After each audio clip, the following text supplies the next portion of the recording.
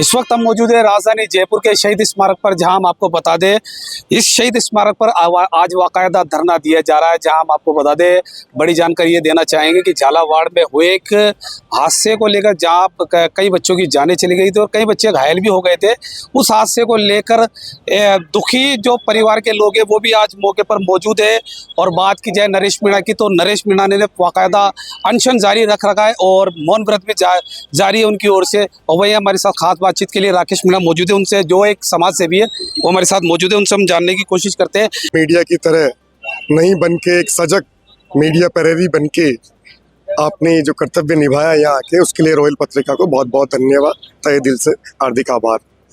देखिए, जिस प्रकार सरकारों का निरंकुश बनकर अभी समाज के प्रति, बच्चों के प्रति, किसानों के प्रति, गरीबों के प्रति, असहाय के प्रति, बुजुर्गों के प्रति, और जिनका कोई बोलने वाला नहीं है, जिनकी आवाज़ कोई उठाने वाला नहीं है, तो ऐसे जुल्म को जो संरक्षण निरंकुश सत्ताएं दे रही है भारत में, एक तरफ बड़ी बड़ी बातें हो रही है विकास की, डेवलपमेंट की, माड़ा सापा हल्ला, मीटिंग, फोटो, व्हाट्सअप, वादे, भाषण, लेकिन पिपलोदी की जो तस्वीर है, मानवता को, इंसानियत को, मुल्क को बदनाम करने वाली एक कायराना शासन की तस्वीर है पिपलोदी, जहां पर 7 बच्चों की हत्या कर दी जाती है उन निरंकुश अफसरों के द्वारा, जिनको जर्जर राजकीय विद्यालय की बिल्डिंग नहीं दिख रही थी, क्योंकि वहाँ किसी एमएलए, एमपी, नेता, अफसर, आईएएस, आईपीएस के बच्चे नहीं पढ़ते, वहाँ गरीब आदिवासियों के, किसानों के, मजदूरों के बच्चे पढ़ते हैं।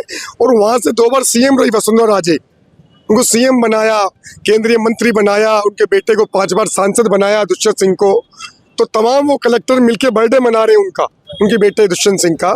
तो इसलिए लोकतंत्र ने, संविधान ने, विधि को इनको लोक सेवक नहीं बनाया, ये जनता के नौकर हैं, जनता के सेवक हैं। पर कहीं ना कहीं ये अपना राजकीय कर्तव्य निर्वहन करना भूल गए, क्योंकि जनता भी अपना कर्म भूल गई। ऐसे अयोग्य, निकम्मे, भ्रष्ट, बूढ़े, बीमार, लांगिया लोगों को अपना नेता चुन लेती है, जो सेवा के बजाय मेवा खाते हैं और मरते हैं इनके बच्चे, देश का भविष्य है।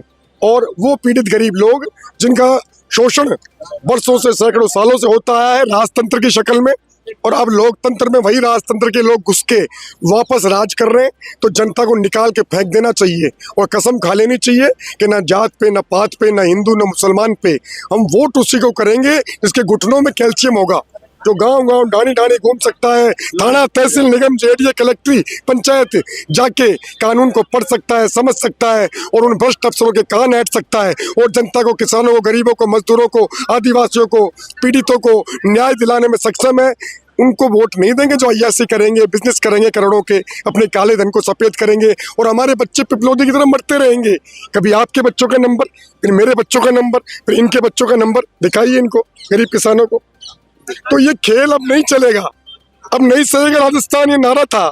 तो निरंकुश सत्ता सरकारें, इनको गिरा के सुशासन की स्थापना करना जनता का संवैधानिक उद्देश्य होना चाहिए। जिस तरह हमें संविधान ने मूलभूत अधिकार दिए हैं, उसी तरह संविधान ने प्रत्येक जनता को, प्रत्येक नागरिक को कर्तव्य भी दिए हैं कि आप प्रकृति को बचाएं, राष्ट्र को बचाएं, धरती को बचाएं। इन भ्रष्ट, बूढ़े, बीमार, अयोग्य, ब्लड प्रेशर, शुगर के बीमार नेताओं को नहीं चुने और लोकतंत्र की हत्या नहीं करवाएं, अपने बच्चों की हत्या नहीं करवाएं, अपनी प्रकृति की हत्या नहीं करवाएं, और भूमाफियाओं को पनपा के इस देश को बर्बाद नहीं करें, इस देश की एकता को बर्बाद नहीं करें, अखंडता को बर्बाद नहीं करें। जब बच्चे मर जाएंगे तो नौजवान युवा पीढ़ी कहाँ से आएगी?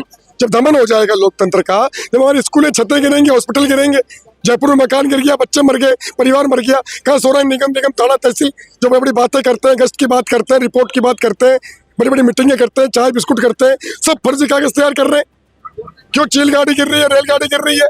क्या सिस्टम पूरी तरीके से भ्रष्ट है? आपको क्या लगता है? देखिए, सिस्टम भ्रष्ट नहीं है, कहीं ना कहीं जनता सो रही है। जिस तरह 40 अंग्रेज 400 साल आके कोड़े मारते हैं 4 करोड़ हिंदुस्तानियों के, हम इतने कमजोर थे, कहाँ गई थी हमारी शक्तियां? तो हमें समझना होगा, फिर हमें बेवकूफ बनाया जा रहा है।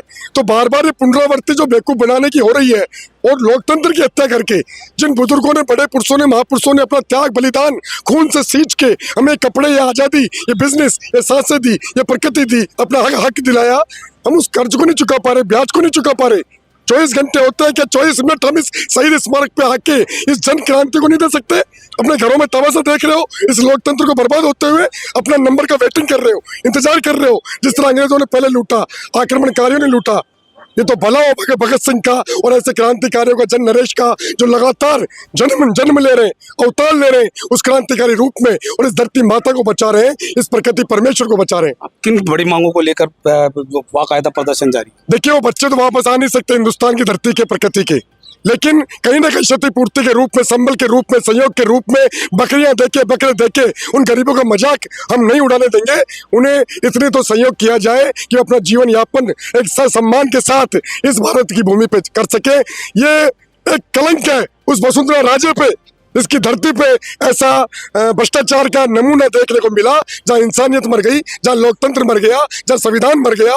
ये कलंक उस दुष्यंत सिंह पे, जो सांसद है 5 बार के, वहाँ यह अयोग्यता है, ये प्रश्न चिन्ह है, और जनता इस प्रश्न चिन्ह को पूरा हटा देगी।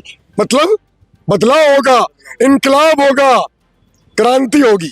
देखिए, बाकायदा आप देख सकते हैं चेहरे पर रोष है, और पूरी जो दुष्यंत सिंह की बात की जाए या बात की जाए वसुंधरा की या बात की जाए मौजूदा सरकार की, तो बाकायदा तीनों के जो मामले हैं उन्हीं को लेकर आज चेहरे पर रोष देखा जा रहा है। और धरने की जो बात की जाए तो धरना अभी निरंतर जारी रहेगा जब तक इनकी मांगे पूरी नहीं की जा सकती।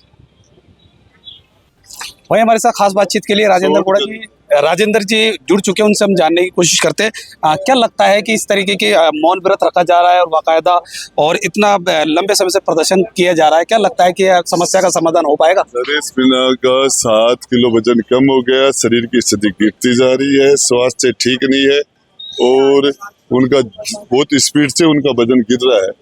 तो मैं बताना चाह रहा हूँ सरकार को आगे बढ़ के इसको उठवाना चाहिए। तो देखिए, बाकायदा बताया जा रहा है कि नरेश मीणा का जो स्थिति है अभी पूरी नाजुक बनी हुई है और उनका जो वजन है वो पूरी तरीके से गिरता जा रहा है। बाकायदा मौन व्रत रखा जा रहा है।